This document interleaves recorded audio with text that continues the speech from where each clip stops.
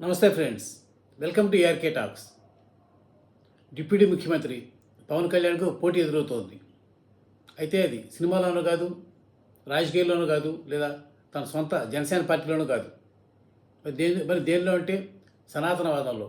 ఇప్పటివరకు సనాతనవాదానికి బ్రాండ్ అంబాసిడర్గా కనీసం మన రాష్ట్రానికి సంబంధించిన చలామణి అవుతున్న పవన్ కళ్యాణ్కు ఇప్పుడు అదే రంగంలో గొప్ప పోటీ ఎదురయ్యేటట్టుంది.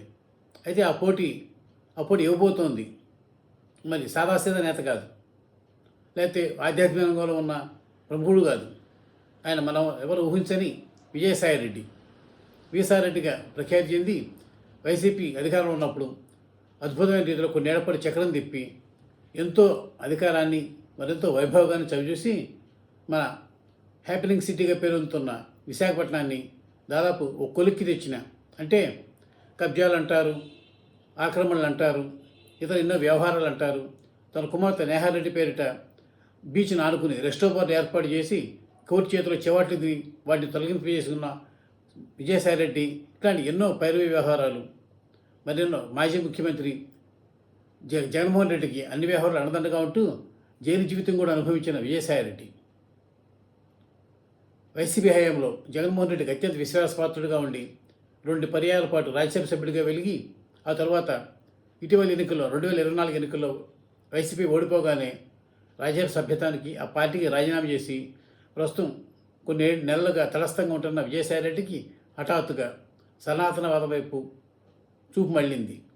ఇప్పటి వరకు రాజకీయాలకు దూరంగా ఉంటానని, ఇక చస్తే రాజకీయాలు వైపు చూడనని, వ్యవసాయం చేసుకుంటూ హాయిగా ప్రశాంతంగా జీవితం గడిపేస్తానని వృత్తిరీత్యా చార్టెడ్ అకౌంటెంట్ అయిన విజయసాయిరెడ్డి చెప్తే ఏమో నిజమనేమో అనుకున్నాం. కొందరైతే కేసుల భయంతో కొన్నాళ్ల పాటు ఉంటున్నాడు. కానీ తెర వెనుక ఆయన అధికార పార్టీ పెద్దలు ఇటు రాష్ట్రంలో అటు కేంద్రంలో కూడా సంబంధాలు నిలుపుతూ హాయిగా లాలుచి లోపాయకారి వ్యవహారం చేస్తున్నాడని అంటుకునే ఉన్నారు.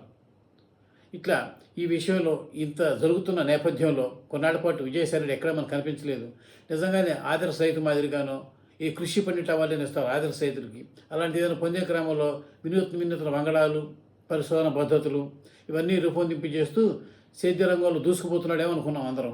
అయితే విజయసాయిరెడ్డి వ్యవహారం మాత్రం ఇప్పుడు అందుకు భిన్నంగా కనిపిస్తోంది.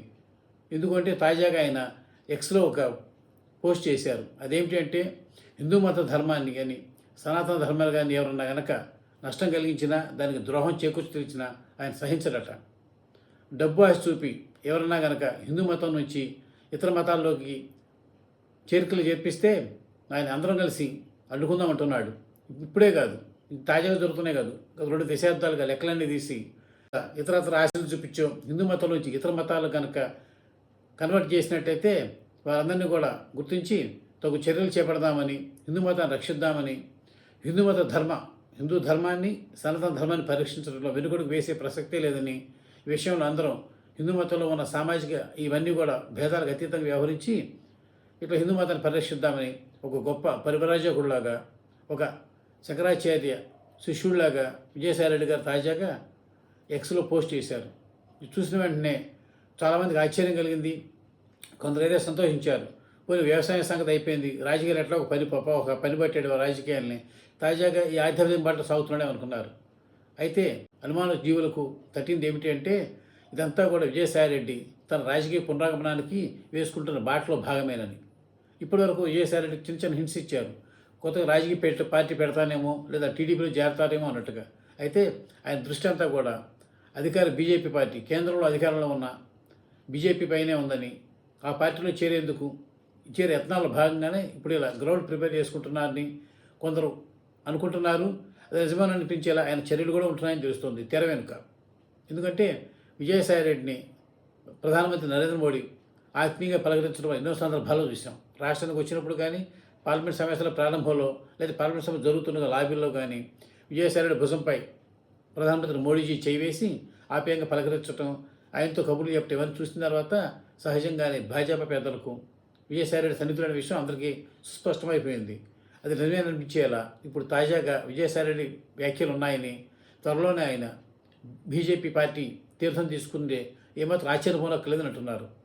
ఈ విధంగా చూస్తే అది జరిగే మాట ఎలా ఉన్నా సరే ఇప్పటికిప్పుడైతే మాత్రం మనకి మన ఉప ముఖ్యమంత్రి పవన్ కళ్యాణ్తో పాటు సనాతన ధర్మానికి ప్రతినిధిగా దాన్ని ముందుకు తీసుకెళ్ళబోయే గొప్ప ఛాంపియన్గా మరో ఒక గొప్ప వ్యక్తి దొరికాడు విజయసాయిరెడ్డి రూపంలో.